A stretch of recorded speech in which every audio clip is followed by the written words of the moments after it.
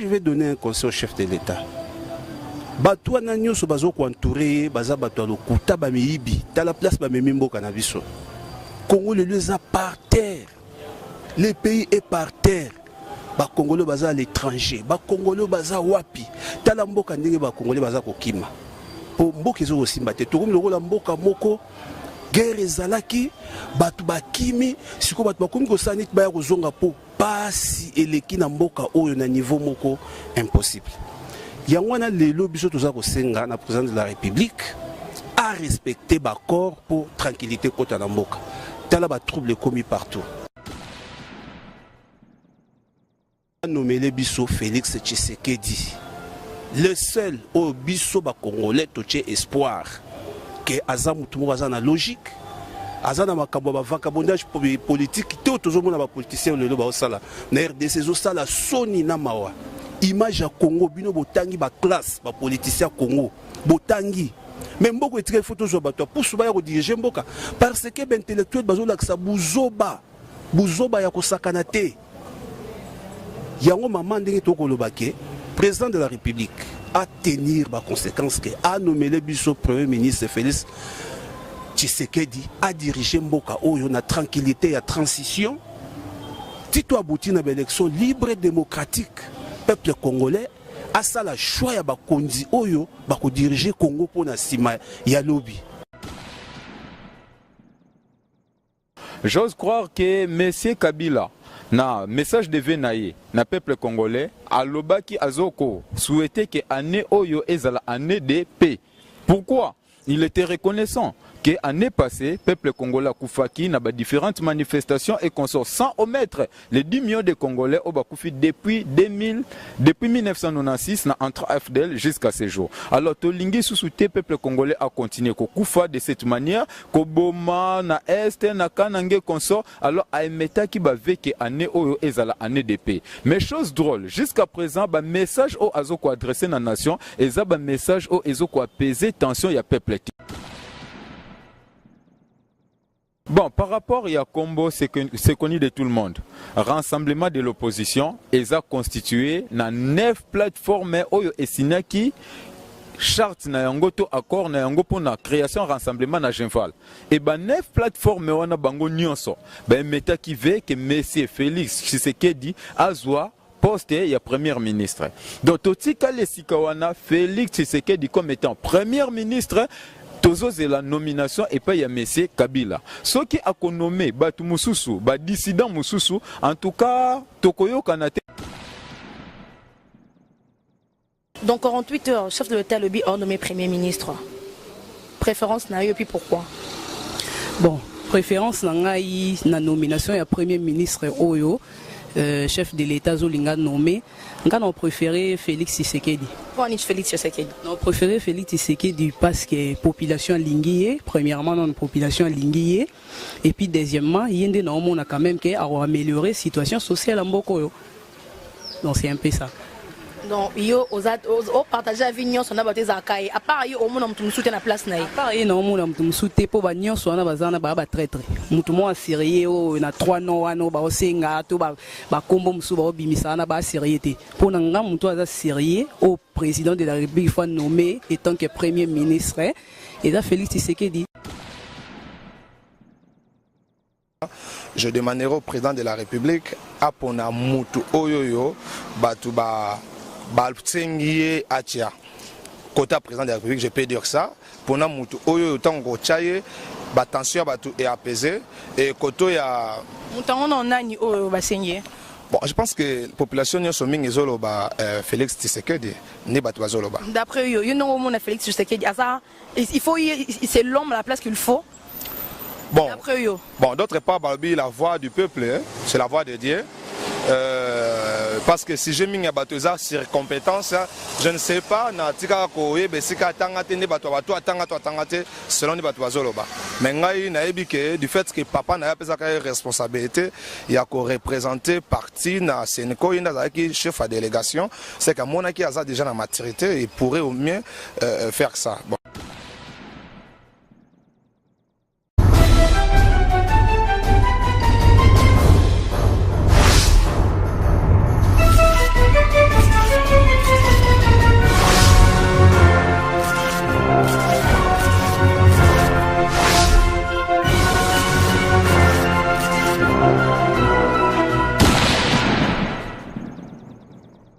heureuse pour nous de vous savoir très nombreux de partout dans le monde. Place Bolanda Bisso na www.cleboa.com, site na Bisso, site na Yo, site à Mokilmumba, comme j'ai bien l'habitude de le dire.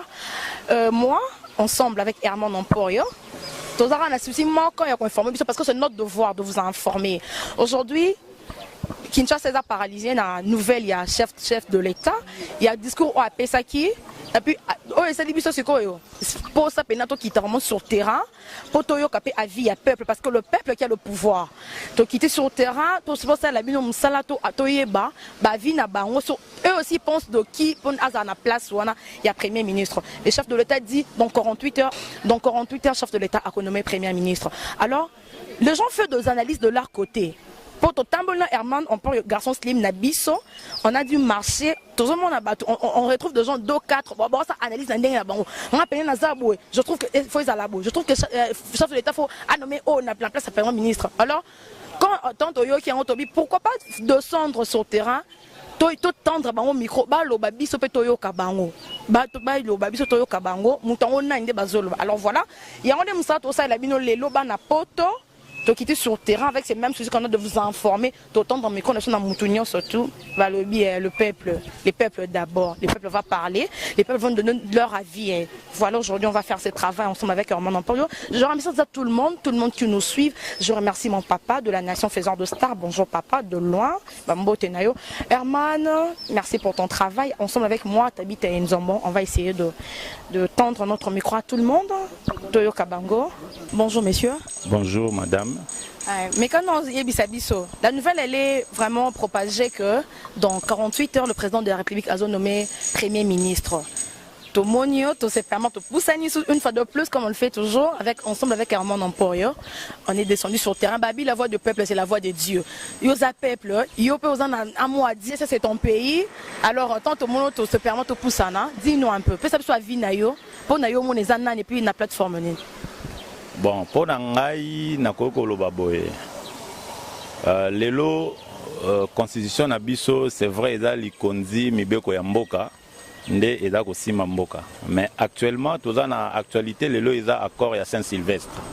Donc ceux qui premier ministre a ko bima na kati ya dans 48 heures ceux qui président a nommé premier ministre, je pense qu'à mon avis, à mon humble avis, Ameka ko respecter ba accord o ya bango ya les 31. Qu'est-ce que l'accord a dit? L'accord dans l'article 3, si je ne me trompe pas, le lobby qui est candidat à Kouta, donc rassemblement qui est candidat moko. Donc n'engue na ko paraphraser le chef de l'État n'engue le bagi lobby rassemblement va bimape na moi égoïsme wana ya koluka guerre ya positionnement. Base un peu souple flexible parce que population lelo a ko souffrir mingi likolo na bango. Le ba meko dans la souple ba trouver ba consensus entre bango ba bimisa biso candidat oyo pomboka etambola parce que nous souffrons vraiment. Et tant que fils de pays, je ne sais pas si on a préférence, yo préférence à la nani dans la tête bon, ya premier. Préférence lelo ezate net ba américain ba lobara. Ba américain ba l'autre ba tenara compte ya ba étude ya mutute ba tenara compte ya capacité mutaza nango sur terrain ya ko produire. Tozana a besoin ya mutu oyo za na tête oyo bien fait.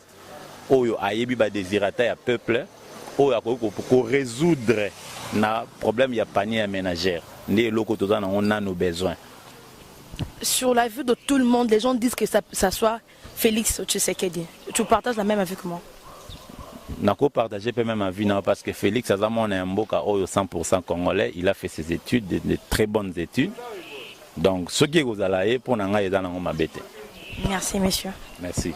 Bonjour, maman. Papa Sabiso a Vinayo, dans 48 heures, le président de la République a nommé ministre. Il faut tous quand même un respect à Bakor. Je crois très bien que Makambo et Banda qui Banda presque fait un mandat président de la République. Yemuto Senga qui na Semko, Tiboso basali na dialogue na bango o basala ki wana et marchete ayeko Senga Semko ba prêtre ba e ba koti. Basali dialogue ti to komi na suka. Vraiment 2 points. Moi je vais donner un conseil au chef de l'État. Bato na nyonso bazo ko entourer baza bato lokuta ba miyibi ta la place ba memimboka na biso. Congo le lieu par terre. Le pays est par terre. ba Congolais baza à l'étranger, ba Congolais baza wapi. Tala mboka ndenge ba Congolais baza kokima. Po mboka ezo kosimba te. Tokomi lokola mboka moko guerre ezalaki batu bakimi siko batu bakomi kosani baya kozonga po pasi eleki na mboka oyo na niveau moko impossible. Yango na lelo biso toza kosenga na président de la République a respecter ba corps pour tranquillité kota na mboka. Tala ba trouble commis partout. Ba nomele biso Félix Tshisekedi. Le seul au biso ba Congolais toche espoir que aza mutu moko aza na logique. Azana makambo ba vagabondage politique to tozomona ba politiciens lelo ba osala na RDC zo sala soni na mawa image ya Congo bino botangi ba classe ba politiciens Congo botangi même mboko etike photo zo bato pour suba ya ko diriger mboka parce que ba intellectuel bazo laksa buzoba ya kosakana te yango mama ndenge to kolobake président de la République a tenir ba conséquences que a nommé le biso premier ministre Félix Tshisekedi a dirigé Mboka Oyo na tranquillité et transition. Tito abouti na élection libre et démocratique. Peuple congolais a ça la choix ya bakonzi Oyo bako diriger Congo pour na sima ya lobby. Merci papa. Merci maman. Donc 48 heures, chef de l'État lobby a nommé premier ministre. Préférence na yo et puis pourquoi? Bon, préférence na nomination ya premier ministre Oyo. Chef de l'État Zolinga nommé, nous avons préféré Félix Tshisekedi. Pourquoi Félix Tshisekedi? Nous avons préféré Félix Tshisekedi parce que la population linguée, premièrement, notre population linguée, et puis deuxièmement, il y a quand même qui a amélioré la situation sociale en Boko. Donc c'est un peu ça. Donc, yo partager avec nous son abatté zakai. À part yo, au moins on soutient la place naï. À part yo, on soutient pour bagnon soit na bazana ba traître. Mutumo a sérieux o na 3 no ano ba osenga to ba kombo musu ba bimisa na ba sérieuté. Pour nanga mutu a sérieux au président de la République fois nommé étant que premier ministre et ça Félix Tshisekedi. So il était vraiment mutum soutien na moyenté. Merci. Bonjour papa. Bonjour maman journaliste. Papa, oui, bien que nouvelle où ils ont dominé la RDC, ils ont président de la République Athéna qui discours Moko à l'Obaki, donc 48 heures ont nommé premier ministre. Alors, tout le monde, tout se permet, tout pousse en tout non avis na yo poni nani et puis pourquoi? Bon, je pense que Nazaré qui en avait présent, n'a parlé du peuple, tant au président Sanosa qui na nation. Bon, dire que Naponina, c'est trop dur parce que Nazo partagé même à Vitena, partenaire Somi Balé.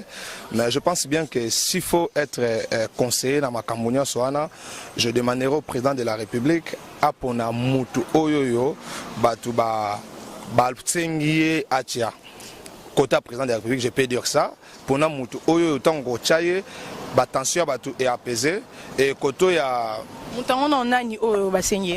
Bon, je pense que la population est Félix Tshisekedi, d'après eux, Félix Tshisekedi, il faut, c'est l'homme à la place qu'il faut. Bon, d'autre part, la voix du peuple, c'est la voix de Dieu. Parce que si j'ai mis un bateau sur compétence, je ne sais pas, selon les bateaux.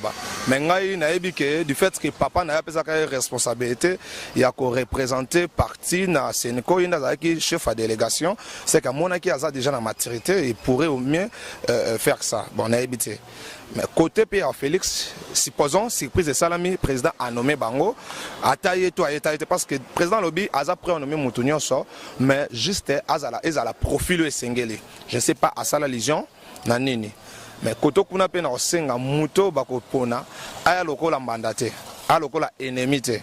Parce que tous sont conscients que situation haute, tous vivre les lots, et aussi depuis 1960, parce que tous président Moko, le tout premier président, le président Kassavoub, avec son premier ministre Patrice Emmanuel Mouma, Banda Koyo Kanate. Guerre na bangonde et biso toko bati lelo. To vivre un peu moins mouké na président Tshisekedi na pardon, président Mobutu na le feu papa Tshisekedi. Président premier ministre Bazo Kalate et porter le monter na pays. Alors to lingate to vivre en le sous oeza nouvelle classe politique faut ba luka basa lo moko soki économie bango ba na bula ki ennemi te ba chano ba premier bango pemen en tant que premier ministre ya Kabila va travailler parce qu'il sera toujours son président. Merci beaucoup. Merci. Tous ces deux placés sous tu es na partie à Honorable député Jean-Claude Vouemba, tozana moko ya parti naye, naye to mekapo to poser question, to poser batunion surtout. Bonjour messieurs. Bonjour. Si vous pouvez bien vous présenter Kleboa, site na biso ya yo am klimoba comprendre tozawa puis yo nani. Je suis M. Gabin Mouké, directeur du bureau politique du mouvement du peuple congolais pour la République, MPCR en sigle, parti cher à l'honorable Jean-Claude Vouemba Luzamba. Merci papa pour la précision. En fait, le lokutuko, ils ont l'obéla temtunio surtout à la premier ministre. Ce qu'on a préférence na yo, son c'est permettre préférence non et puis. Bon, préférence, nous sommes pétozotique à l'esprit et à la lettre, il y a un accord du 31 décembre. Yangweza, seul héritage oyo. Le président Etienne Tshisekedi, paix à son âme, a tiqué le peuple congolais. Donc, il faut tout tikalana esprit, paix na lettre, il y a accord, il y a le 31 décembre 2016. Accord est clair, nous ne voulons pas de complications. J'ose croire que M. Kabila, na message de Venaye, na peuple congolais, à l'obaki azoko, souhaitait que année oyo ezala année de paix. Pourquoi?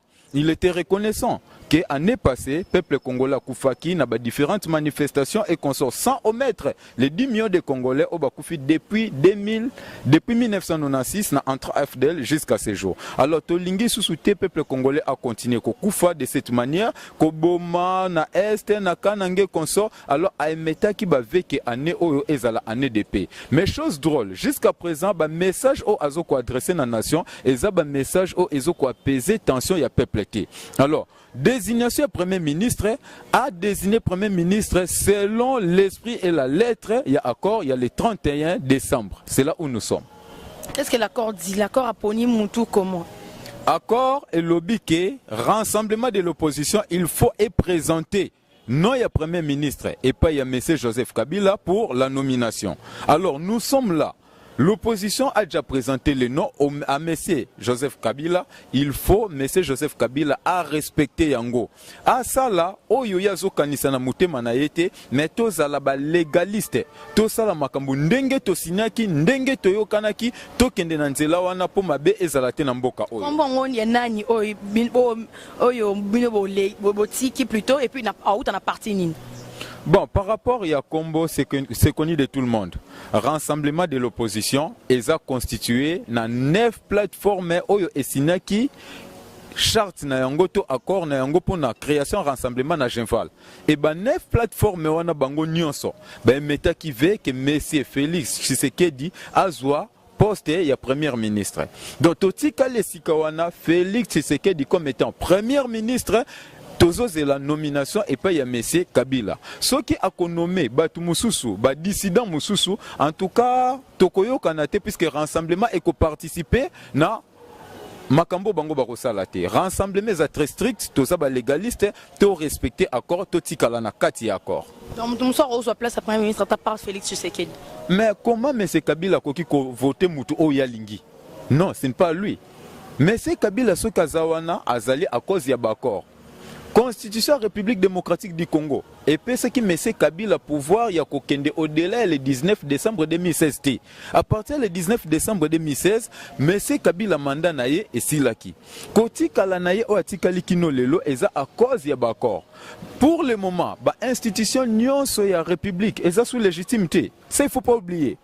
Mboka ekoki kotambula bongote. Crise ekomi tellement makasi au point que peuple azo kokasuko supportant ngote. Niveau mboka o ekomi depuis l'indépendance jusqu'à ce jour, c'est la toute première fois RDC ekomi à niveau oyo. Tout ça à cause ya manque ya légitimité. Et ça na institution mon côté à République o ekoki ko représenter mboka à l'étranger. Ça ne se fait nulle part ailleurs. Alors, à cela lokola accord wanande mutu et pesi M. Kabila pouvoir ya ko continuer kotika la wana à respecter yango to mettre sur pied institution ici accord et zalate lokola ba ventir au politicien mususu bazolo qui ne comprennent rien par rapport à tout ce qu'ils disent. Vous pensez que Félix Tshisekedi est capable yako comment il en a place à Premier ministre? Mais Nanyaza capable, Nanyaza capable était. J'ose croire que Ezan école mon côté na mokili oyo ba prendre batu comment être Premier ministre et comment diriger. Après avoir causé la bêtise, M. Félix Tshisekedi, Azamutu Oyo Rassemblement et Pessi Chance. Ils n'ont qu'à nommer Ils n'ont pas à demander à ça capable ou pas. Tous ceux qui sont passés là, des Matata, Pono et tant d'autres. Bien avant, nani ayebaki capacité na bango. Nani ayebaki keba kokai kosunga mboka toko boma mboka na niveau oba bomeli biso mboka lelo. Et qui ont fait de ces pays les 187e pays les plus pauvres du monde. Congo Oyo. Capacité na bango ezalaki nini? Cette fois-ci on a donné la chance à M. Félix Tshisekedi avec la volonté politique. Au Azanango, nous osons croire que Mboka Ekotambula Malamu a commettre fin à la crise au Tozanango, puisque l'élo, en tout cas, trop c'est trop. Congolais ont souffert au point que l'élo, ce qu'on meki attaque au Kende, na venu de Willery, dengue botambula na micro, bokende bote le mawana, bobandaka kako filmer, nombre de morts réseau bimana mamayemo, pe nombre de morts réseau kota, bokozala surpris. Au point même que par rapport à statistiques et outiko salama, mboua, Banyama, Obazana Poto, Bazoku Famouke par rapport à Congolais, Obazo vivre na mboka oyo. En tout cas, trop c'est trop. Cette fois-ci, tu dois mettre fin na situation Otozanango. Ndenge Tozemba na hymne national, dressons nos fronts longtemps courbés. Cette fois-ci, nous voulons redresser nos fronts. Nous ne voulons plus continuer avec cette situation. Merci, monsieur. Merci. Bonjour, madame. Tozoavine, dans 48 heures, bon nommé Premier ministre. Oui, merci pour la parole Boakordenga. Likambouana Tolanda Kibisonyo son discours à chef de l'État sur l'état de la nation devant les deux chambres réunies en congrès. Toyoki a lobby dans 48 heures, il nomme impérativement le Premier ministre. Alors que Tolandi Ndengenini Makambo Bandaki ko s'est déroulé à niveau ya 5 ans. Il a été question de mettre sur pied des arrangements particuliers ou équidés mis en application il y a accord il y a Saint-Sylvestre. Mais l'arrangement particulier wana etamaki en place de topé basignaki yangote ou ekokai kopé sanzela na chef de l'État a nommé Premier ministre Oyo azouta na rassemblement. Mais surprise au tomonaki tant le chef de l'État a lobby peut a persister que dans 48 heures, Azako nommé Premier ministre. Pour Nabiso Nakati à rassemblement, Tomonike chef de l'État, Alingui a violé une fois de plus, Oeza Bakor, Oyotozo signé, et Bandaki na constitution Oezala qui violé, Tolobito Luka terrain d'attente, accord ya Saint-Sylvestre intervenir, Oebongaki et si là, na signature ya ba arrangement particulier. Dommage, Tomoni chef de l'État a un peu na précipitation, na délai à 48 heures, il y a lobby à zone nommé impérativement. Comme il est le chef, c'est lui le garant de bon fonctionnement des institutions. Bon, tous les laïcs, tout en prenant acte na discours naïe, et tous est là parce que bisopé na niveau rassemblement, tout le monde yango et un non-respect une fois de plus, il y a un accord na niveau ya famille présidentielle et puis la majorité présidentielle. Bino na rassemblement s'attendre Premier ministre Zanani. Biso na rassemblement notre Premier ministre c'est Félix Antoine Tshisekedi Tshilombo. Mutumsu c'était la place naï. Félix Antoine Tshisekedi Tshilombo ou non? Asa capable de tenir na ministre ya RDC.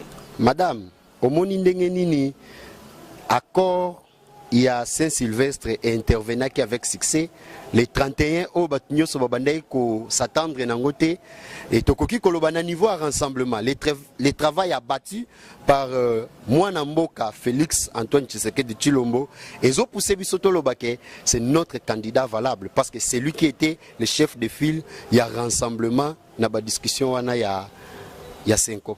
Une fois de plus si ce n'est pas Félix Tshisekedi Mutumsu c'était la place. Ce qu'est a Félix Tshisekedi té biso to retirer ba leçon na au président de la République a représenté biso le quoi Premier ministre. Merci monsieur. Ndebo komona, on n'a pas pu finir en tout cas pour Namboula et d'Oranger, Mboula Mpepe Makasi, Totambon la moto, pour Tokomiku Toutine la partie à Jean-Claude Volma, honorable, Tozu quelque tête au mona qui wana badumsus bazo kokate parce que Mboula, Tozo sa pemba umba mpona bino, la société a informé bino bala nebisa klebo bo sabona na site na biso botala rabiso. Merci beaucoup en tout cas, ndebo permettre à biso, vous comprenez que ça se passe dans la cité hein, bo permettre à biso bana poto comprenez un peu Mboula. Merci Quant à moi, t'habites à Enzombo, ensemble avec Herman Emporio, garçon slim. De trop loin, mon papa de la nation, faiseur de stars. On vous dit merci, merci beaucoup de nous suivre.